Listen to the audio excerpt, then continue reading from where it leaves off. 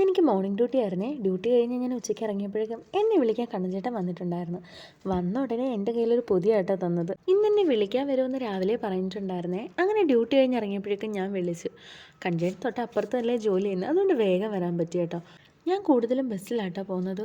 അതുകൊണ്ട് തന്നെ ഈ വിളിക്കാൻ വരുന്ന ദിവസം വെയിലാണെങ്കിൽ പിന്നെ പറയണ്ട. വെയിൽ കൊണ്ട് ഊപ്പാട് വരുവേ. അതെങ്ങാനും പറഞ്ഞാൽ പിന്നെ വിളിക്കാനും വരത്തില്ല. അതുകൊണ്ട് ഒന്നും മിണ്ടാതെ ഇങ്ങനെ ഇരിക്കുവാണ്. ഉച്ച സമയം ആയതുകൊണ്ടാണെന്ന് തോന്നുന്നേ. ഇന്ന് വലിയ തിരക്കില്ല കേട്ടോ.